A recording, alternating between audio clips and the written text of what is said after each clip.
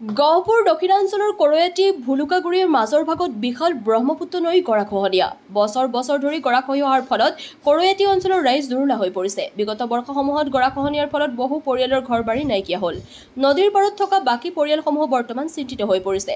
তেওঁলোকে নদীৰ পাৰত পূজা অৰ্চনা কৰি ঈশ্বৰক শৰণাপন্ন হোৱা দেখা গৈছে। বাৰিষাৰ সময়ছোৱাত অধিক চিন্তিত হৈ পৰিছে ৰাইজ। গহপুৰৰ জলসম্পদ বিভাগে সময় থাকোঁতেই ব্যৱস্থা নোলোৱাৰ অভিযোগ। স্থায়ীভাৱে গৰাখহনীয়া ৰোধৰ ব্যৱস্থা গ্ৰহণত দাবী স্থানীয় ৰাইজৰ। গহপুৰৰ পৰা অৰূপ ভূঞাৰ ৰিপৰ্ট AIN লাইভ। ভয় হয় মানে ধৰ আমাৰতো সদায় ভয় আৰু ধৰ পানী বাঢ়িলে আমাৰ ভয় আৰু মানে কুৱাৰ পৰা মানে হাত সাৰিবলগীয়া হয়, মানে পৰাবলগীয়া হয়। মোৰ ল'ৰা ছোৱালীৰ কাৰণে চিন্তা কৰিবলগীয়া হ'ল, ধৰ স্কুললৈ যাবলগীয়া হয়।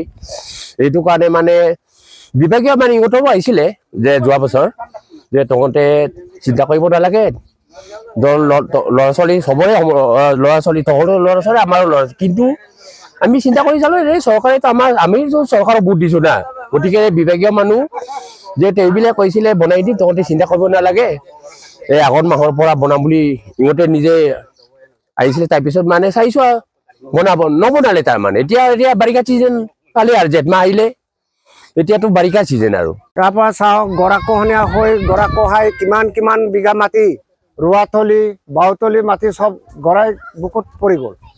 গতিকে যোৱা এপ্ৰিল মে মাহত আমাৰ কিবা জলসম্পদ মন্ত্ৰী পীযুষ হাজৰিকা ডাঙৰীয়াই কৈছিলে আপোনালোকে চিন্তা কৰিব নালাগে, আমি এই 2-3 মাহৰ ভিতৰতে আমি পাকো পাইন আৰু জৈৱ বেগৰ ব্যৱস্থা কৰি দিম। আজি পৰ্যন্ত আজি 2 বছৰ হ'ল একো কাম ইদি হোৱা নাই। বছৰি বছৰি কোৱাই এইবাৰ পানীটো অলপ ডাঙৰ অহা নাই কাৰণে অলপ কম হৈছে। পানীটো ডাঙৰ হ'লেই এই গহৰখন মানে নাথাকে আৰু চৰকাৰে কোনো ব্যৱস্থা একো কৰা নাই। যিকোনো খবৰ বিজ্ঞাপনৰ বাবে যোগাযোগ কৰক 7896121996।